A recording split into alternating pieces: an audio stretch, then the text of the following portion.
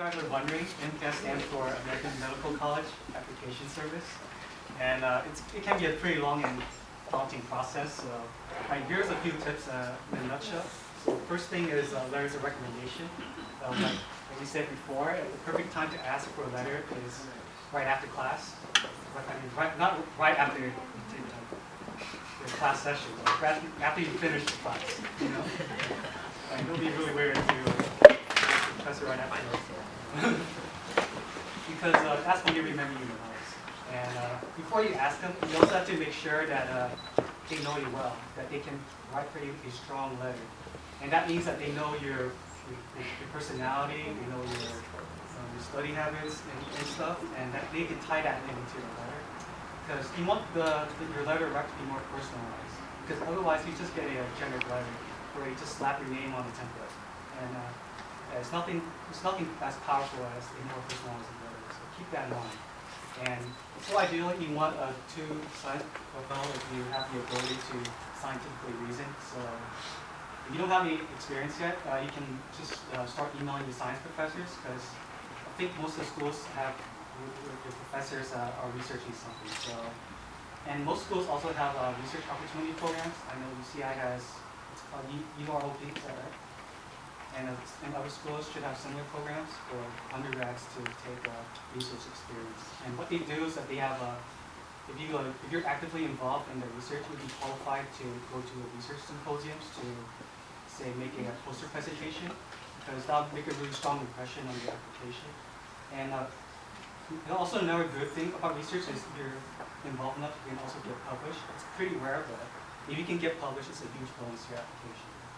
And as for clinical experience, so it's pretty straightforward. Admissions committees wants to see that you know what a career in medicine entails, so what it's like to practice medicine every day, and possible challenges that can arise in the profession.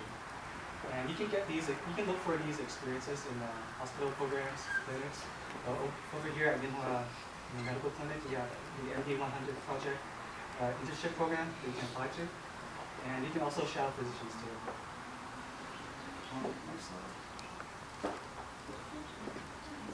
Sorry. Oh, does it matter when you're trying to find what everything entails? Does it matter whether you're finding it out at a hospital, at a clinic, at a nonprofit clinic, or is it as long as you have a general picture?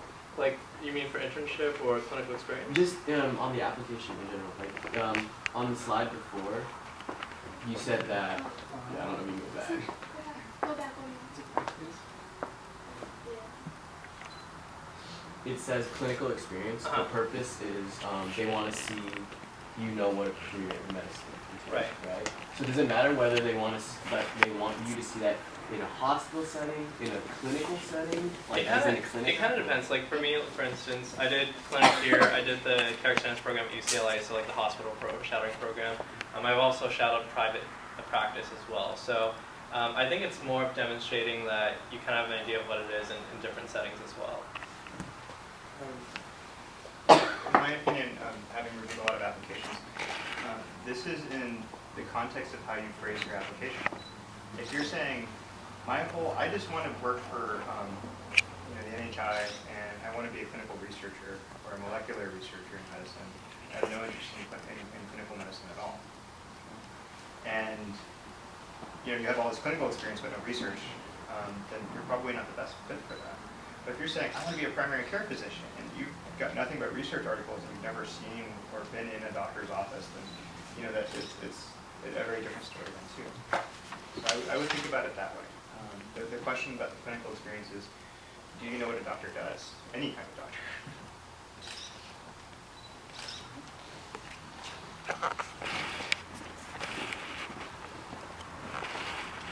So just when you think you're done with the MCAS, like all the schools go. So all schools will require that you answer more questions on their secondary application, and it's a lot more specific because it pertains to each school. And so the pro tip to answering these is just to research every school that you're thinking of applying to, especially look at their mission statements. So in there they state their goals and their philosophies about medicine.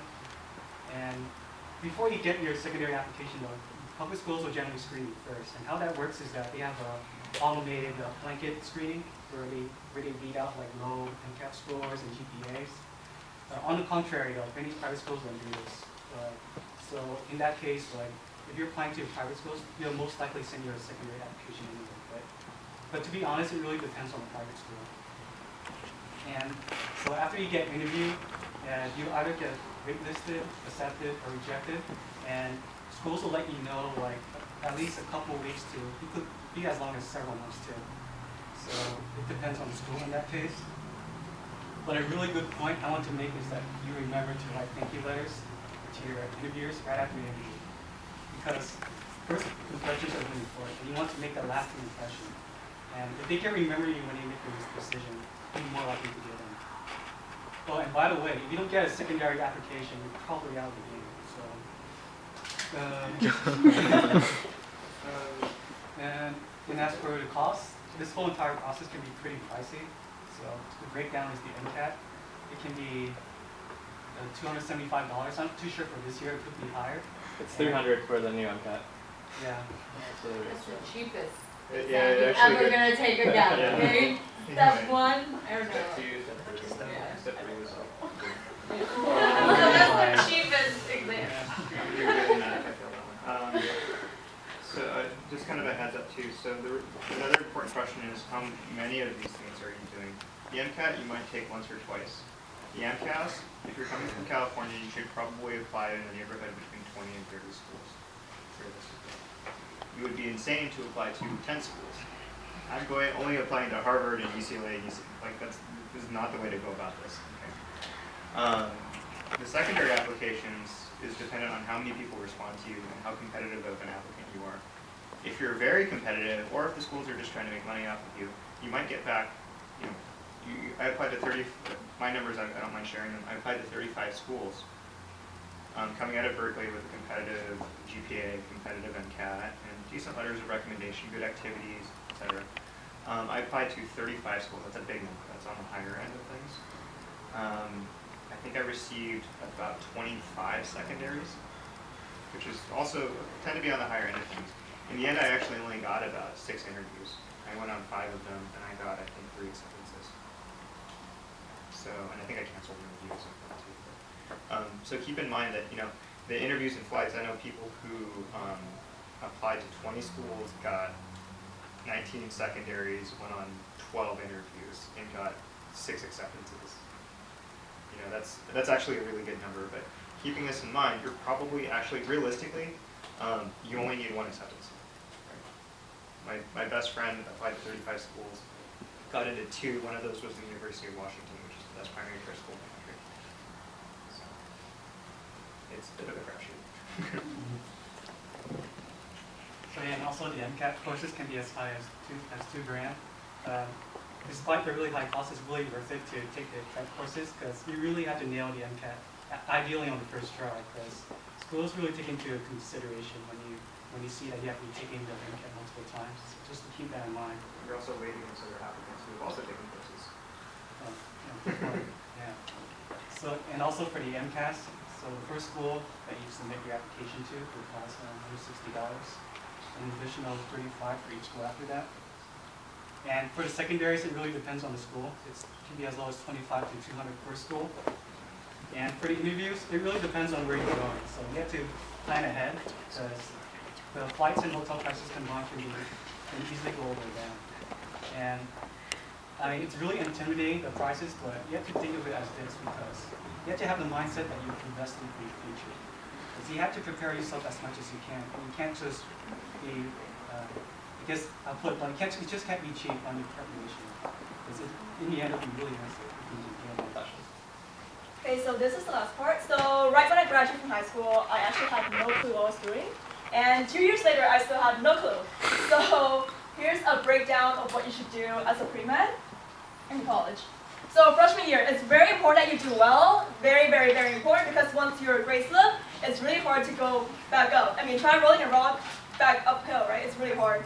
I mean, it is possible, but it takes time.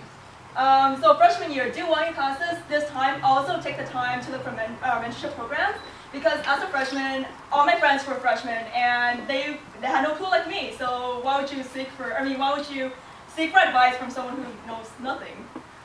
So sophomore year, also do well, but this time take the time to look into joining organizations. Like multiple campuses have like Memo or IMED or PAMSA or AMSA or anything that relates to your interest. So sophomore year, you don't have to get into research, but it's recommended that you do because you get to learn more about science and you get to so you're in your relationship with like a doctor or like with a PI. It really shows that you've been through all these years. So junior year, also do well. So I didn't put do well in all those years, but keep in mind that you must do well in all those years. Junior year, so summer is when you should take MCAT classes, so then you can take the MCAT. Also this year is because sophomore year you have joined organizations already. So junior year, try to stand out more. Try to be president. Try to be vice president. Try to be intern or like an intern of some sort. And senior year, this is your last year for most people. So if you do plan on applying, this is the right time for you to get letters. So then you can apply. So then you can submit the MCATs in June once you graduate. This schedule does not apply to everyone because it depends on your situation, whether you graduate within 3 years, 4 years, 5 years, or whenever, like if you transfer from like a junior college or another sort of college. So if you have any questions, now is the time to ask our awesome medical students. So Jeremiah Boyd and Kimberly Brooks.